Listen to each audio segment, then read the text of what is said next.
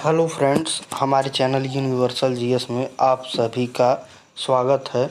दोस्तों, आज हम बात करेंगे ब्रिटिश कालीन भू राजस्व प्रणाली के बारे में। दोस्तों, ब्रिटिश कालीन भू राजस्व प्रणाली ऐसी प्रणाली थी जो किसी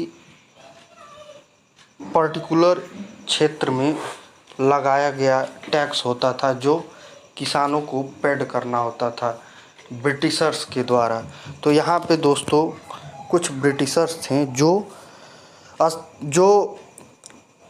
टैक्स की प्रणाली को लाए थे पर्टिकुलर क्षेत्र में। तो यहाँ पे दोस्तों अस्थाई बंदोबस्त या फिर जमींदारी बंदोबस्त एक ही चीज़ है। इसको लॉर्ड कॉर्नवालिस ने 1793 में लाया था तथा ये बंगाल, बिहार, उड़ीसा तथा उत्तर प्रदेश, बनारस, कर्नाटक क्षेत्र में लागू किया था लॉर्ड कॉर्नवालिस ने। यहाँ पे दोस्तों भूमि पर स्वामित्व जमींदार का होता था। ब्रिटिश सरकार को राजस्व दिया जाता था। अंग्रेजी भारत का 19% टैक्स जो है ब्रिटिशर्स को दिया जाता था। तथा यहाँ पे दूसरा जो है रैयतवाड़ी सिस्टम, ये थॉमस मुनरो के द्वारा लाया गया था 1820 में।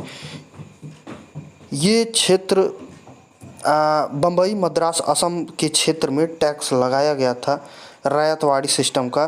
तथा ये भूमि का मालिक जो होता था किसान ही होता था, लेकिन ब्रिटिश सरकार को राजस्व देने की जिम्मेदारी किसान को ही होती थी। तथा ये बम्बई, मद्रास, असम में लगाया गया था। ये भूमि का 51% अंग्रेज को पे करना होता था टैक्स।